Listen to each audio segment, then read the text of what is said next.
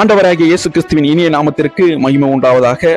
இன்று நாம் தியானிக்கக்கூடிய தேவ வார்த்தையானது யோவான் 13:34. நீங்கள் ஒருவருக்கு ஒருவர் அன்பாயிருங்கள் என்கின்ற புதிய கட்டளையை உங்களுக்கு கொடுக்கிறேன். நான் உங்களில் அன்பாயிருந்தது போல நீங்களும் ஒருவருக்கு ஒருவர் அன்பாயிருங்கள்.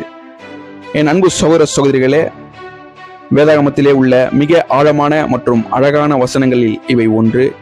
இயேசு கிறிஸ்து தமது சீடர்களுக்கு விடைபெறும் வேளையில் வழங்கிய முக்கியமான போதனைகள் இவை.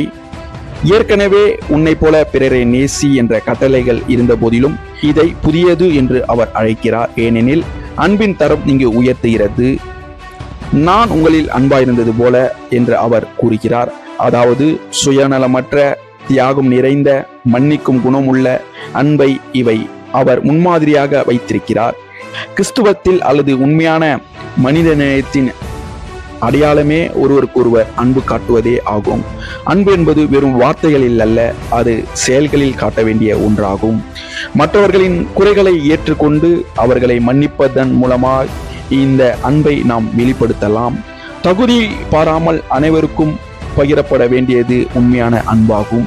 என் அன்பு சகோதர சகோதரிகளே, இவ்விதமான அன்பு உங்களை இந்த வேளையிலும் நிரப்ப வல்லவதாய் இருக்கிறது. மற்றவர்கள் நம்மிடத்தில் அன்பாக இருக்கட்டும் என்று காத்திருக்காமல் நாமே முதலில் அன்பை காட்ட வேண்டும்.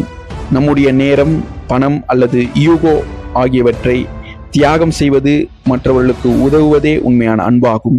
பிரதிபலம் எதிர்பாராமல் உதவுவதே நான் உங்களில் அன்பாயிருந்தது போல என்பதற்கு சமம் என்று தேவன் சொல்கிறார். இவ்விதமான அன்பை தேவன் உங்களுக்கு தர வல்லவராயிருக்கிறார்.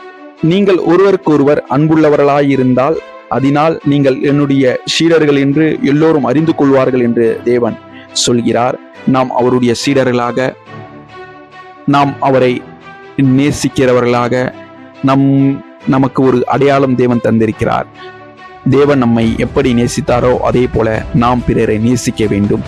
தேவன் நம்மை நேசித்ததினாலே நம் பாவங்களுக்காக, நம் அக்கிரமங்களுக்காக, நம் மீறுதலுக்காக அவர் அடிக்கப்பட்டார், காயங்களை ஏற்றார்.